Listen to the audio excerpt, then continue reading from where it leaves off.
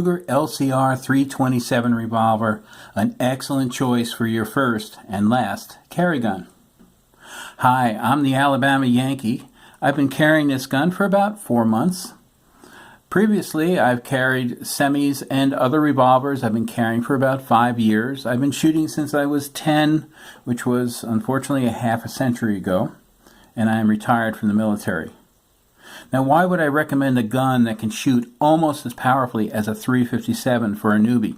If you shot a 357, you know that it has a very significant kick, especially in a gun of this size. And a large muzzle blast, which means it becomes very bright at night, shooting out of the barrel. And it's very, very noisy.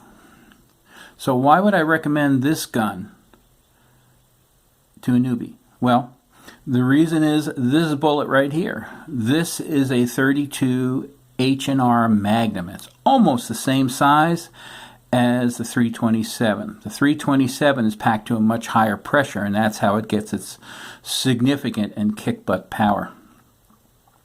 You could stop right at the 32 H R Magnum and just carry that, and you'd have a very capable defensive weapon that you can conceal very easily. We're going to get to that in a little bit.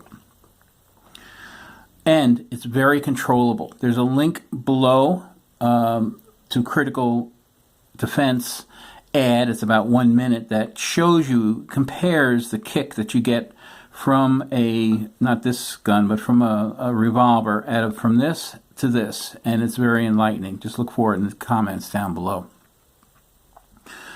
If you wanted to, however, move on up to a very, very powerful round. Now, the way I think of the 327 is this. I've shot 38s, I've shot 357s. If a 38 is a 5 in terms of power and recoil, and a 357 is a 10, then the 327 is somewhere over 8, maybe up to 9.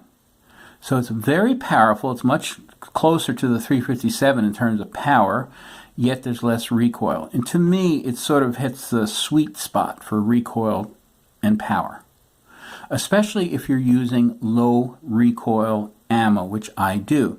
This is a double tap 327. And there are other low recoil ammos out there for the 327. So this is a very flexible gun in terms of defensive loads. You can also shoot out of this other bullets, one of which is a 32 H&R long. Now, I don't have one here, but that bullet, very good for target practice, but extremely well for teaching somebody how to shoot, for a new shooter. Let's say you haven't shot before, you've never carried, or maybe you've never even shot. Well, that's a good bullet to learn on because it's virtually no kick. This one right here has a little bit of a kick, and this has a lot of kick, but the 32 H&R long kicks, in my opinion, like a 22. Okay, so extreme flexibility in terms of ammo and defensive rounds.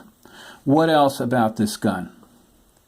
Well, you get 6 shots instead of 5, which is beautiful. In fact, that's the reason why the 327 was developed in the first place. And I like that. That, you know, if you've got a gun that's got 16 rounds and you buy another gun that's got 17 rounds, well, okay, you're getting one more round. But going from 5 to 6, in my opinion, is significant. What are some other features of this? Well, it's just 17 ounces. It fits in your pocket or purse very well. And I'm going to, if someone comes up to you and tries to rip this out of your hand, you've got this big handle to hold on to. They've got this tiny little thing right here to hold on to. So you've got significant leverage. Instead of having a semi that has a much longer barrel and, you know, it's easier for them to grab and rotate out of your hand. So that's a benefit of this right here. Now, this is a double action revolver, which means that you can't cock it. It's got a hidden hammer, and that means it has some wonderful features. You can shoot it out of your purse or your coat pocket. Oh, by the way, if you try shooting out of your coat pocket with something like a semi, it's going to rip your hand up. You might get the first shot out, but then you're going to be in great pain. Probably the same thing in a pocketbook, and more than likely you may never get the second shot out, even if it doesn't damage your hand. So that's one of the beauties of these concealed hammer snubbies. Now, the thing I like about it, and this is really important, particularly if you're new to shooting, new to concealed carry, is the safety of the gun is built into the trigger. And what I mean by that is that it's got about a 9 to 10 pound pull, and it's very smooth in this particular gun, the LCR 327.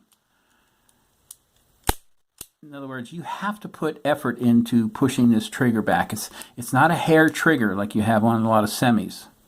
So the beauty of this is you don't have a manual safety. Now, I've heard a lot of people say on the boards, well, you can train yourself to always do the manual safety. Well, hey, I've seen videos where people that were in defensive situations forgot to take their safety off. And, you know, if I don't have to have a safety because I've got the safety of this trigger right here, then it's best if I just don't have it. It's safer. You pull the gun out, you don't have to think. You pull it out of the holster and you shoot. That's it. So I think that's especially important, and you should consider that, especially if you're new to carrying. But even if you're more experienced. I've got some experience under my belt, and I've gone back and forth between semis and revolvers, and I'm convinced that this is the best choice for me. Now, another reason to love a revolver, and this revolver as well, is it's got legendary revolver reliability. Now, I know there are people that are saying, hey, semis are so reliable these days, you know, and there are many people, and legitimately so, have said, you know, I've never had a failure to fire. Well, I have, and I have witnessed others who have at the range. Failure to eject, failure to load.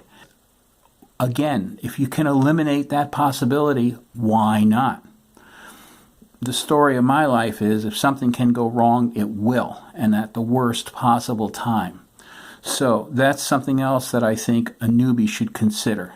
You don't have to practice failure to eject and failure to load drills. I mean, and I know people will say their semis are so reliable. Well, okay, well, why do the range instructors have to teach you how to handle that? Because it can happen, and you don't want it to happen. In a self-defensive situation, the whole thing can occur and be done and over in 30 seconds time. You don't have time to mess around, so why put yourself in the position that you may have to do that? Now, the other factor that you'll hear people talk about when you're discussing revolvers is the capacity question. You know, is 6 bullets enough, etc. And there's no easy answer to that.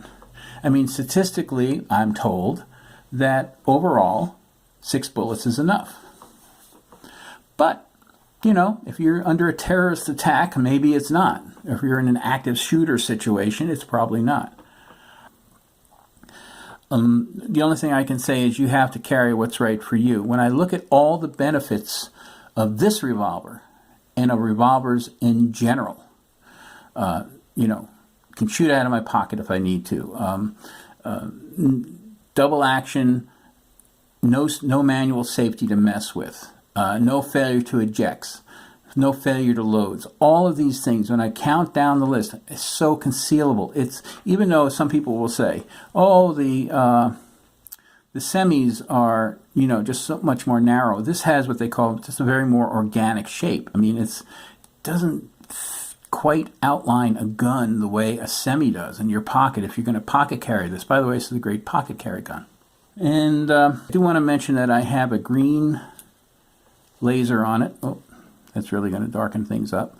I got a green Crimson Trace laser. If you decide to get a green Crimson Trace laser, know that the grip that it comes with is slightly longer, about, I want to say about that much longer. And so if you are pure pocket carrying, that's something to consider. For me, I like a laser because number one, it's a great shooting aid when you want to practice trigger pull. But number two, I've never been in a self-defense situation with a gun, but in my opinion, based on everything I've seen, everything I've read, in the sheer panic of a sudden attack. You are not going to pull this gun up and aim. You're just going to aim it towards the guy, and if you can see that green laser on the guy or the gal, you know you're going to hit them. And by the way, they know you're going to hit them. So that's another side benefit. So in summary, if you want a gun that's you can load with 2 different defensive loads, great gun for beginners. If you want super duper powerful, there you go, 327. Very easy to conceal. Again, shoot out of your coat pocket and stuff. Safety and simplicity and reliability, right there. And the flexible loads, as I mentioned. And the 6 shots. The 6 shots. Then the LCR, I recommend that you consider the LCR 327. I really think it's a great, great carry pistol. By the way, I read somewhere, and I subscribe to this philosophy, is you should always carry a backup gun. Okay? And I think this should be the primary gun because of all the things I said before about, manual safety and such like that, reliability. So this is the primary. I happen to carry a small compact semi as my backup gun. I do. And I don't think I'll ever have to use it, but if I was ever sort of in the mall situation, there was an active shooter going on, I may want to have that backup. And so that's what I normally carry. I don't worry about speed loaders for these things because I carry a backup gun. That's it. The Alabama Yankee. I hope this has been helpful.